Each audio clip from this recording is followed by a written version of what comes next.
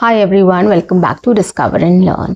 In my last session, I was talking about my childhood memories or our childhood memories. So I just wanted you to start speaking about your childhood memories. So I've taken this topic and I've spoken on it. Okay, today also I'm going to continue with another childhood memory of mine and I'm going to speak on it. Okay, so this exercise is basically for you to start speaking in English, start practicing English speaking. Now, this is the only way you can start becoming fluent and confident in speaking in English, just because I choose basic, simple, daily English conversational topics. These topics generally comes up in all our conversations. Whenever we have a discussion on any topic, we do remember our past, we do remember our childhood, we do remember our memories. And it comes to us instantly and we do speak about it. So that is why if you want to talk on real life conversational topics, start taking up these topics and start speaking on it. I always tell you how to organize your thoughts, how to put your ideas across in the best possible way. So today also I am going to speak about it in the same way, so that you can start following my technique or framework and you can start practicing speaking on conversational topics in this way to sound more fluent and confident in speaking in English. So guys, on that note, welcome back to my channel. I am your communications coach and a soft skill trainer by profession, and I'm here to help you out with all your communications problems and to help you speak English fluently and confidently.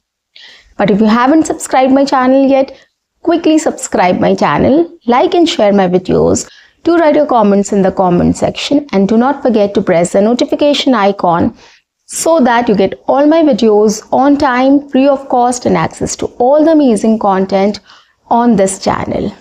What you have to do is stay tuned, stay connected, and watch my entire video to master this skill. But do share your comments in the comment section. I've seen people coming up with something or the other and they're writing in my comment section. I really appreciate them. And I want rest of you all also to start writing something in my comment section, to start interacting with people, to start communicating in English. So here I'm going to talk about another experience of mine, another childhood memory of mine, which is related to my vacations. During my childhood, we have traveled a lot by train and I'm going to talk about it now.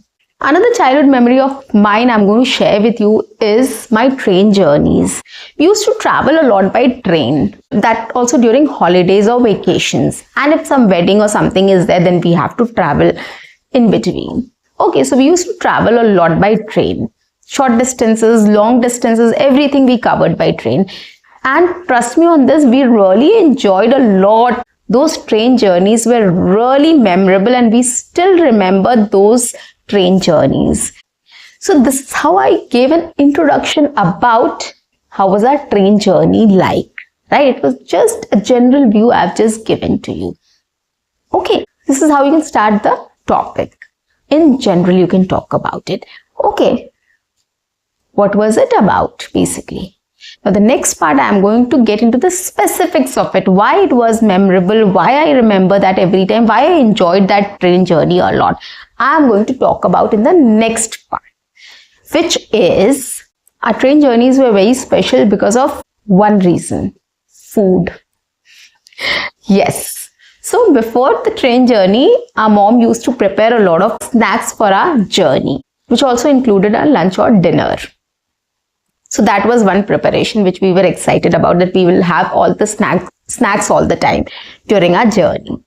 And when we started the journey, we used to feel very hungry. So we started with those snacks and then it was lunch or dinner time, whatever. So we used to have home cooked food. And after that, if we got some time, then we used to have this tea on the train. So the tea vendors used to come to sell tea and we used to buy that and we used to drink that tea. That was a must. That was a ritual which we had to follow. And then there was bale and then there was ground nuts. Those things we used to buy and eat, and sometimes chips and all. So that was a ritual which we had to do. We had to have tea and ground nuts and bale These kind of things we used to have.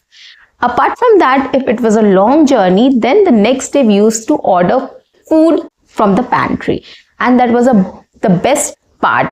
And we really waited for that food. Trust me on this. And as far as I remember, during that time, the taste was also very good. They used to give roti, rice, dal, vegetables, curd, ice cream. I think salad also was there. Anyways, so whatever things were, it was all very tasty. We used to like that curd also, that dal, that rice, that vegetable, everything was very good. And we used to enjoy that food. So that was also another attraction which we waited for. Okay. And if the station was famous for something, we had to buy that.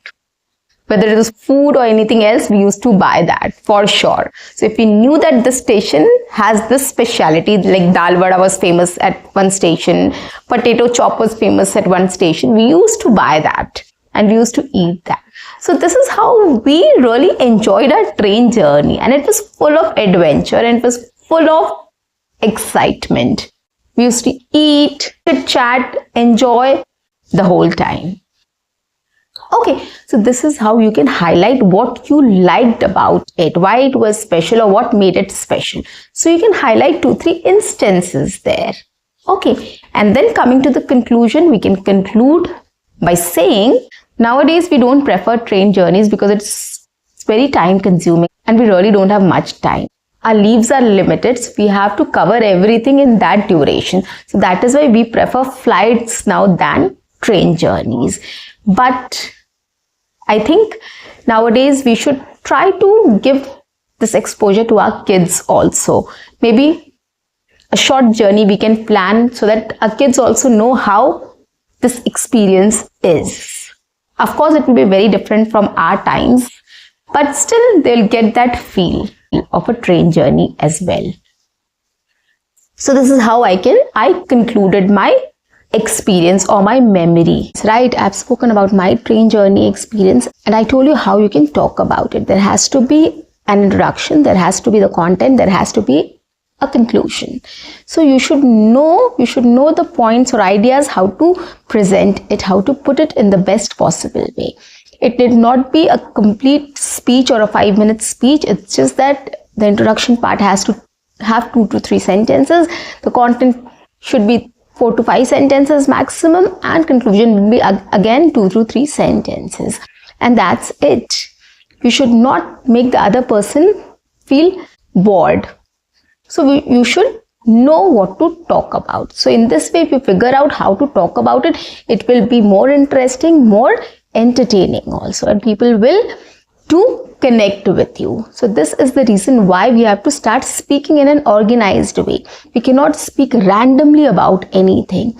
If you start speaking randomly or incompletely about anything, it doesn't make sense, right? And people will not be interested in listening to you as well. They will even not understand what you are trying to say. And that is where communication comes in.